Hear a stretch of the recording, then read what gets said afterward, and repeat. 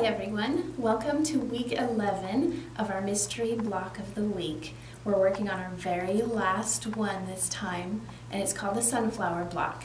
We're going to start with the stars, and I'm going to show you how to make the flying geese. Okay, so for our flying goose, we're going to start with our background rectangle and one of the squares of the prints that we cut. And on the wrong side of the square, you're marking a line corner to corner, and we're going to put it on, matching the edges to our background rectangle. Stitch a line on the line that you just marked, and then trim 1/4 inch away on the outside of that line, just like I did on this piece. So we trimmed it away, and now we're going to press it open. I'm using a Steady Betty to press it open. Since we're pressing with a bias seam, it's going to stretch if we don't, so this will keep it from stretching or moving out of shape. So we're just going to press that seam open. And we're going to take a second square of our print, like this one, and do the same thing. Mark corner to corner a line, and make sure it's in a V from the line that you already stitched, and match up the edges on the other side of the rectangle. We're going to do the same thing, so stitch along the line that you marked, trim 1/4 inch away, and then we're going to press it again. When you're pressing these open, make sure you're pressing towards the dark fabric or your print. And when you're done, your flying goose should look like this. You're going to make 4 for each star block from each print, so you'll end up with 3 different ones once you've finished. And I'm going to go finish sewing these and be back to show you how to put the blocks together. So once you have all 4 of your flying geese done for one block, you're going to arrange them and sew them together. So we're going to start putting them in rows. Make sure that the points of your flying geese are going the right direction so that it looks like a star. So that's how you're going to arrange them. Once you have all of those sewn together in rows and then again in columns, you're going to have a block that looks like this. And you're going to applique a circle onto the center where this is. So I have my piece that I used soft fuse on the back. So what I did is, using the template that you have, cut out your circle and draw onto the paper side of your double-sided fusible. Then on the other side, fuse your fabric on. You're going to cut out that circle, and then when you're ready, you can just take the paper off and you'll be ready to fuse onto your square here.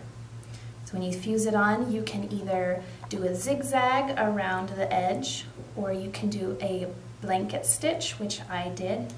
You could also do needle turn. If you know how to do that, you would need to make your circle a little bit bigger and not do any fusible on the back. But this is the quickest way, so I went ahead and did it this way. And once you're finished appliquing that down, you will have 3 star blocks out of the 3 different prints that you used, plus the dark print for the center. And then I will come back and show you how to applique and put the rest of the block together. So when we're arranging our star blocks, I'm going to put them like this. So they look like sunflowers. And then this background square goes here. And we're going to talk about putting the stems and the leaves on. Now when I put the stems and leaves on, I didn't really want to make a tube and then have to turn it. So what I did is I took a 1 1/4 inch bias strip, and I sewed 3/8 of an inch away from a fold, because I folded it in half lengthwise. And the reason you're sewing away from the fold is so that it's consistent, just in case you didn't cut your strip perfectly square or straight. So that makes sure that it's the consistent 3/8 of an inch. And then I'm going to use one of my bias press bars to press that seam to the back side of the tube. So these are the press bars that I use, and you can just press right on them. This is the 3/8 inch one. I'm just going to slip it in here, and it should fit kind of snug. And then all you have to do is move that seam to the back side and press it over. That way you don't have any seams showing, but you didn't have to turn a tube right side out or anything like that. So I'm just going to press this while it's still on the press bar.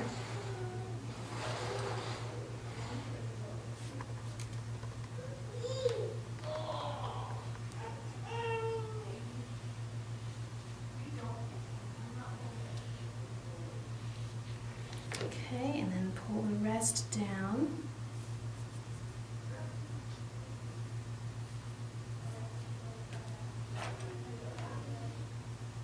And keep pressing to one side. Okay, so when you've got that done, you just have to pull it off, and you will have your stem with the seam already on the back. You don't have to worry about having to press it open while it's not on the press bar. You might need to press it a little more once you finish, just to get it nice and flat. And you have your stem. So I already made mine for this block. You're going to start with the stems for the side sunflowers. So one goes straight down, and one goes straight across, and you can trim them when they meet, and then this one is going to lay over the top, just straight to the corner. Okay, so the way that you can keep this down while you're stitching it is you could pin it. You could use a little bit of double-sided fusible if you wanted to cut a thin strip of that, or I think what I will be doing is using a little bit of glue-based. So you can just put a little bit on the back to tack it down while you're stitching, and it'll wash out if you ever wash the quilt.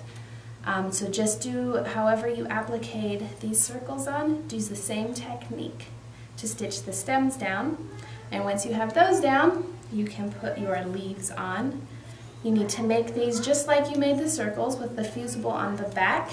You can take the paper off and arrange them on the stem however you want to. I think I will put one there and probably one there. And you can stitch them on the exact same way. So that completes your sunflower block. When it's finished, it should measure 12.5 inches. So it's a little bit bigger than the other ones we've been doing. And that is the last block. So next week we will talk about putting the whole quilt top together, and your quilt will be done. You get to see what it looks like.